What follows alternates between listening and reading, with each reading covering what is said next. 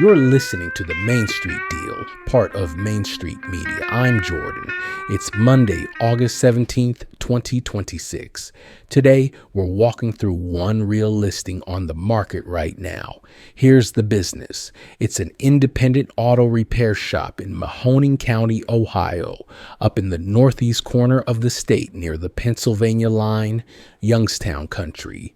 This one comes off a current biz-buy-sell listing. It was established in 1982, which gives it 43 years of continuous operation. 2 employees, both skilled technicians, and they handle the service work. The owner is retiring. The asking price is $295,999.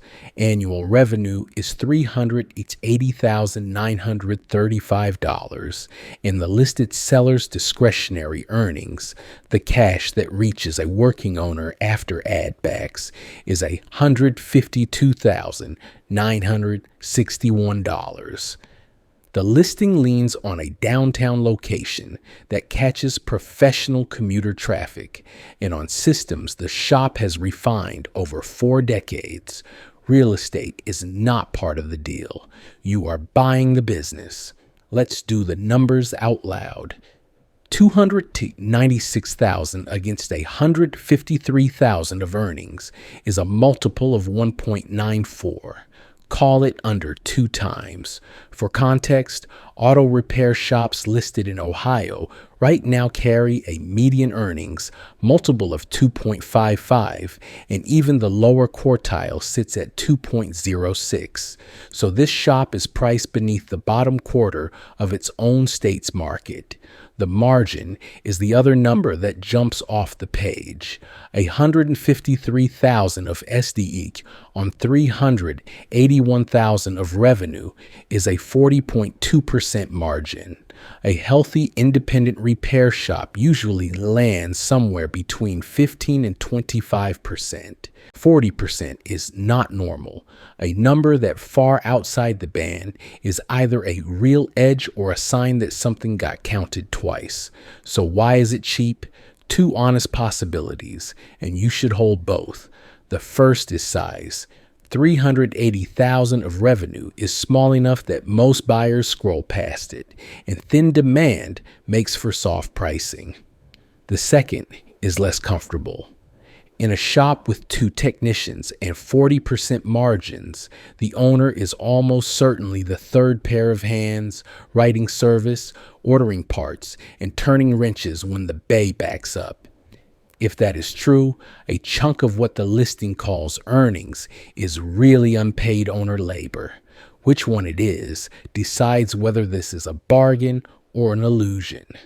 Now the financing, run it as a standard SBA 7A acquisition loan. 10% down is $29,600 out of your pocket at closing. You finance the other 90%, $266,399.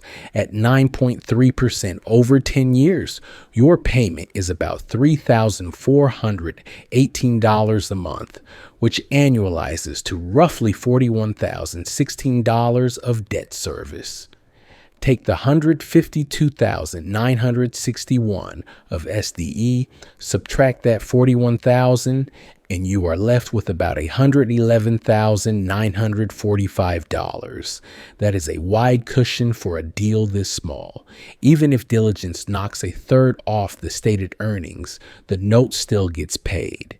That cushion is the entire reason this listing earns your attention. 3 things I would chase in due diligence, and they are specific to this shop. First, the owner's actual job. Ask for a week in his calendar, hour by hour. Find out whether either technician is ASE certified, how long each has been there, what each is paid, and whether either one has already been recruited by the dealership down the road. In a 2-tech shop, One man leaving cuts your production in half. Second, verify that 40.2% margin against filed tax returns, not a broker's spreadsheet. Ask for 3 years of returns and the full add-back schedule.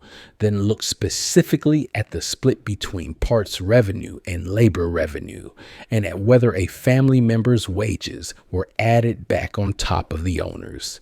Third, the building and the ground under it. The real estate is excluded, so you need the remaining lease term, the renewal options, the rent as a percentage of revenue, and written confirmation the landlord will assign to an SBA buyer. Then order a Phase 1 environmental assessment. A shop that has run lifts, solvent, and waste oil since 1982 has a history in that soil, and you do not want to inherit it blind. The flags here are yellow, not red. Yellow flag 1, the revenue trend is not disclosed anywhere in the listing, and 43 years of loyalty can also mean a customer base that is aging out at the same rate as the owner. Yellow flag 2, the key person risk runs in both directions, seller and staff, in a business with 3 total people in it. So here's the verdict. This is a pursue. The single biggest reason is the spread between price and cushion. Under 2 times earnings with roughly $112,000 left after debt service on a $29,600 check gives you enough room to be wrong about the earnings and still survive it. That is a rare shape in this market, but it only holds if you can replace the owner's labor for less than the cushion.